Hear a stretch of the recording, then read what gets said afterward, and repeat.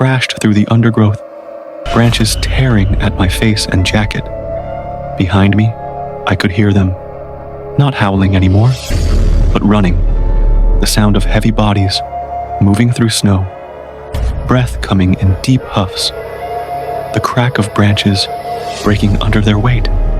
I didn't look back. Looking back meant slowing down, and slowing down meant dying. My thermal imager swung wildly on its strap, my rifle clutched in both hands as I jumped over fallen logs and slid down icy slopes. The forest was a nightmare of shadows and twisted trees, every direction looking the same in the darkness. I could hear them getting closer. One of them was directly behind me now, maybe 10 meters back. I could smell it, that thick, musky scent, like wet fur and blood. I spun around and fired without aiming. The muzzle flash lit up the forest for a split second, and I saw it clearly for the first time. It was massive, easily the size of a Highland cow, but lean and muscular like a wolf. Its fur was dark gray, almost black, and its eyes burned yellow in my torchlight. The mouth hung open, showing teeth as long as my fingers. My shot missed. The creature didn't even flinch. It just kept coming.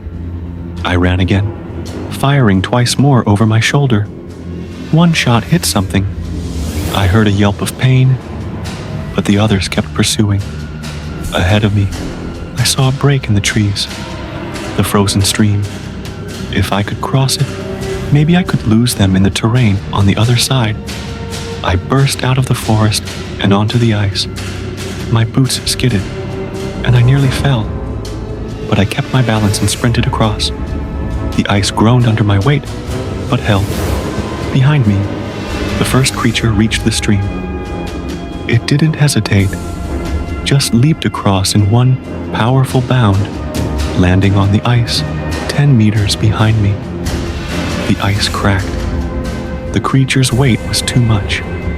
The surface shattered, and it plunged into the freezing water with a splash that echoed through the forest. It thrashed and snarled, trying to climb out, but the current pulled it under the ice. The others stopped at the stream's edge, pacing back and forth, watching me. They didn't try to cross. I kept running. By the time I reached the cottage, it was nearly 4 a.m. I was soaked in sweat. Despite the freezing temperature, my lungs burning, my legs shaking, I locked the door, dragged a chair against it, and loaded every weapon I had. The rifle had 12 rounds left. I laid out the rest of the ammunition on the table, another 48 rounds in boxes. Then I sat by the window and watched the forest. Nothing came. As dawn broke, the woods looked peaceful again. Snow-covered trees, morning mist, birds singing. Like nothing had happened. But I knew what I'd seen. Those creatures were real. The clearing was real. And whatever those things were, they'd been hunting on this estate for God knows how long. At 8 a.m., Graham's voice crackled over the radio. He was just checking in, he said. How did last night go? I hesitated. If I told him the truth, he'd think I was insane. If I said nothing, more people could die. I told him we needed to talk. In person. Now. His voice came back concerned. Was everything all right? No, I told him. It wasn't. He should meet me at the cottage in 20 minutes. He said he was on his way. I used those 20 minutes to download the photos from my phone onto my laptop. The tracks, the clearing, the bones. I didn't have any pictures of the creatures themselves. I'd been too busy running to take photos. But I had evidence of something wrong.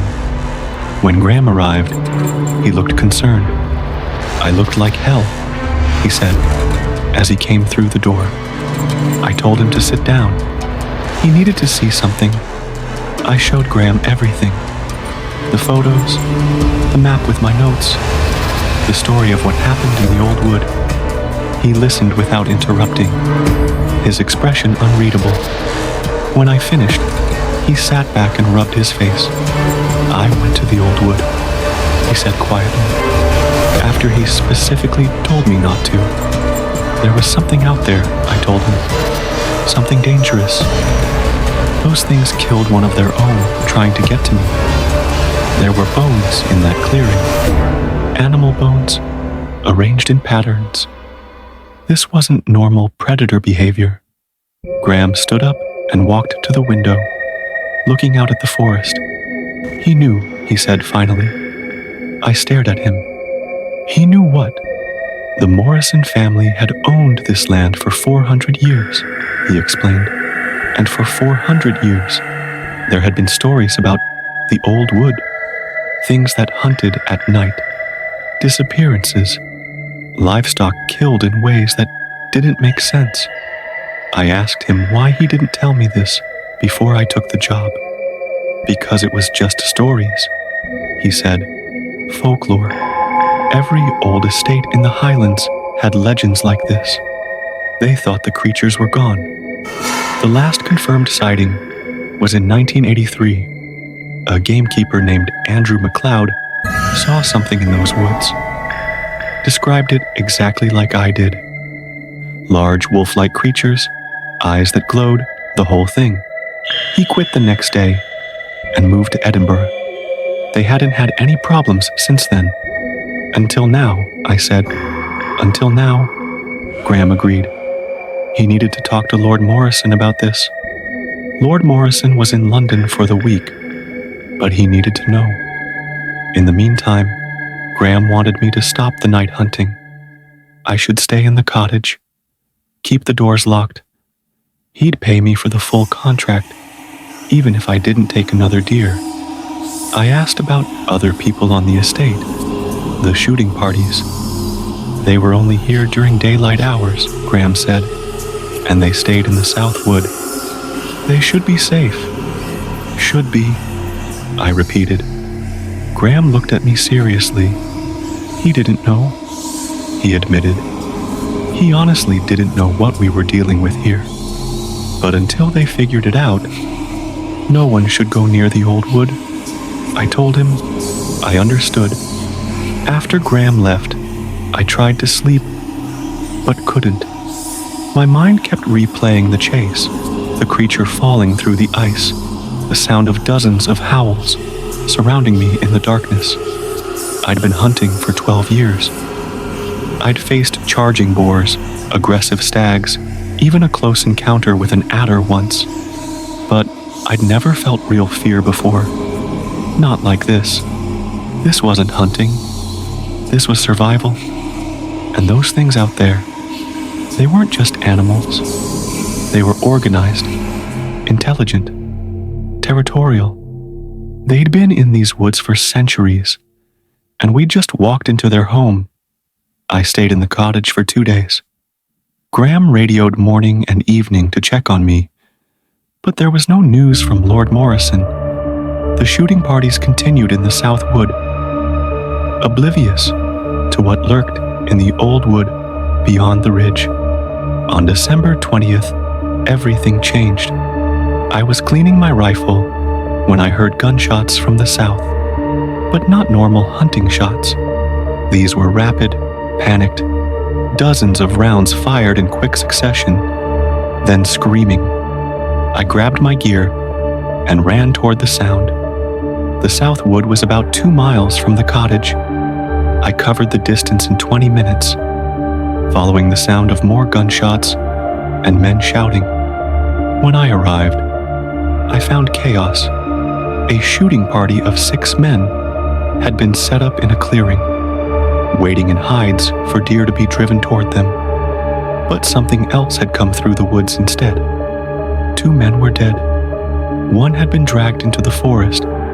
All I found was a trail of blood and his rifle lying in the snow. The other was still in his hide, torn apart so badly I couldn't identify him. The remaining 4 men had barricaded themselves in a hunting lodge about 50 meters away. I could hear them inside, shouting and arguing. I approached carefully and called out.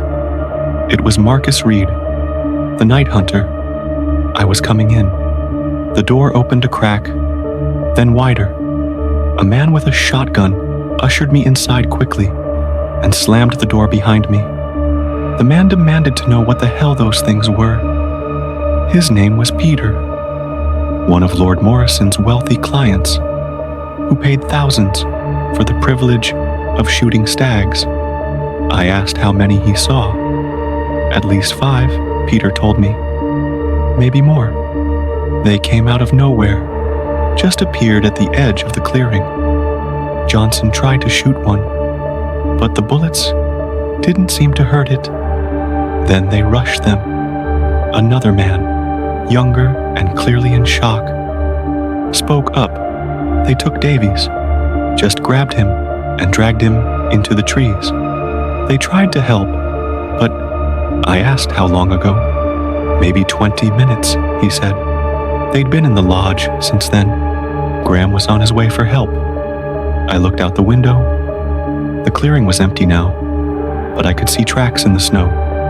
Dozens of them, circling the lodge. They were still out there, I said. Waiting. Waiting for what? Peter asked. For dark, I told him. They hunted at night.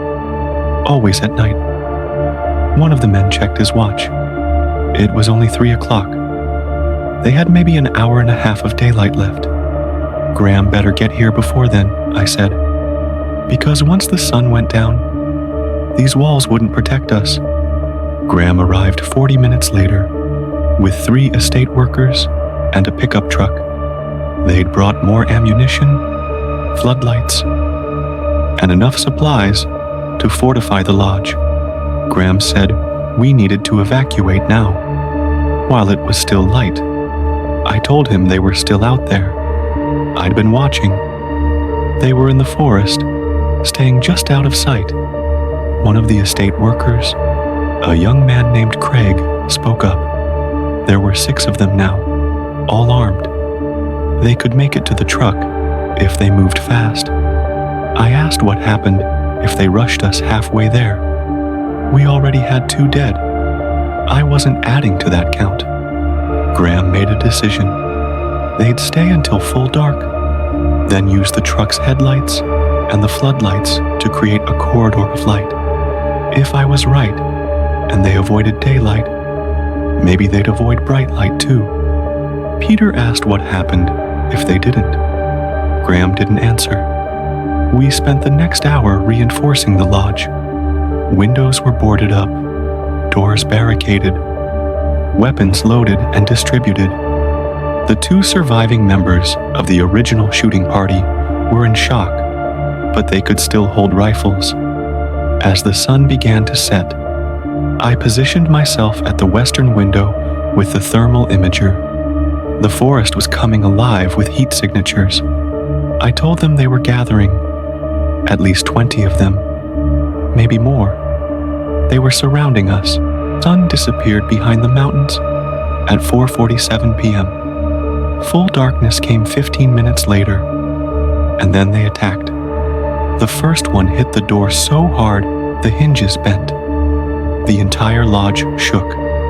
Then another hit the northern wall, and another crashed against the boarded windows. We opened fire. The sound was deafening in the enclosed space. Muzzle flashes lit up the room. Through the gaps in the boards, I could see them, massive shapes moving in the darkness, yellow eyes reflecting our lights. One smashed through a window. Craig shot it point blank with a shotgun. It yelped and retreated, but others took its place. Peter screamed that we couldn't hold them. Graham was at the radio, trying to reach emergency services. Mayday, he called out. This was Blackwood Estate. They were under attack. Multiple casualties. They needed immediate assistance. Static. The radio was dead. I told them they'd cut the power. The floodlights outside had gone dark. Another impact on the door. The wood splintered. We could see claws reaching through the gap, tearing at the wood. Graham ordered everyone to fall back to the inner room. We retreated to a small storage room at the center of the lodge. It had only one door and no windows. We barricaded it with everything we could find and waited. The sounds outside were terrible. Scratching, tearing, the crack of wood breaking. They were taking the lodge apart piece by piece. Then, suddenly, silence. We waited. Weapons raised, barely breathing. Minutes passed. Nothing. Someone whispered, asking if they were gone. I checked the thermal imager, pointing it at the door. The heat signatures were still there, just beyond the wall. Waiting. No, I said. They were still here. Then we heard it. A voice from outside. Marcus Reed, it called. It was speaking English. Rough and guttural, but unmistakably words. Everyone in the room stared at me in horror. These things could talk. Graham whispered that I shouldn't respond. It was trying to draw me out, but the voice came again. It smelled my fear. It said, I was a hunter. I should come outside, face them. I looked at the terrified faces around me. These men weren't soldiers. They were clients, estate workers, ordinary people who'd come out for a day of hunting and walked into a nightmare. I asked how long until sunrise. Graham checked his watch. 4 hours, maybe 5. We'd never last that long, I said. The voice outside laughed. A horrible sound, like gravel scraping. I understood, it said. Good. I could come out now. Die with honor, or hide like prey, and they would dig us out and feed on our fear before they fed on our flesh. I made a decision. I was going to talk to it. Graham started to protest, but I moved to the door and spoke loudly. I'd come out, I told them, but they had to let the others go. They had nothing to do with what happened in the old wood. Silence.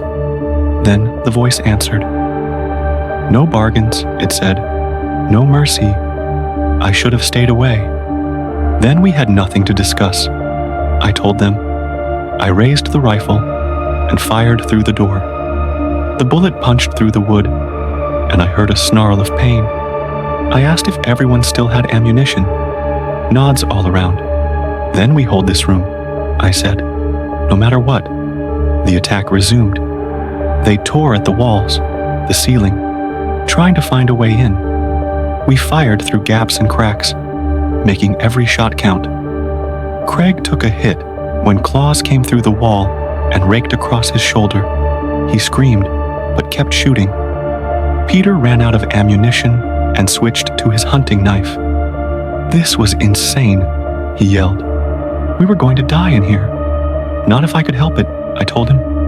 I had one idea left, a stupid, desperate idea. I asked Graham where the fuel tank for the truck was. Outside, he said. Why was I asking? If I could reach it and puncture it, we could light it, I explained. Create a fire barrier. They might retreat from the flames. Graham said I'd never make it to the truck. I had to try, I told him.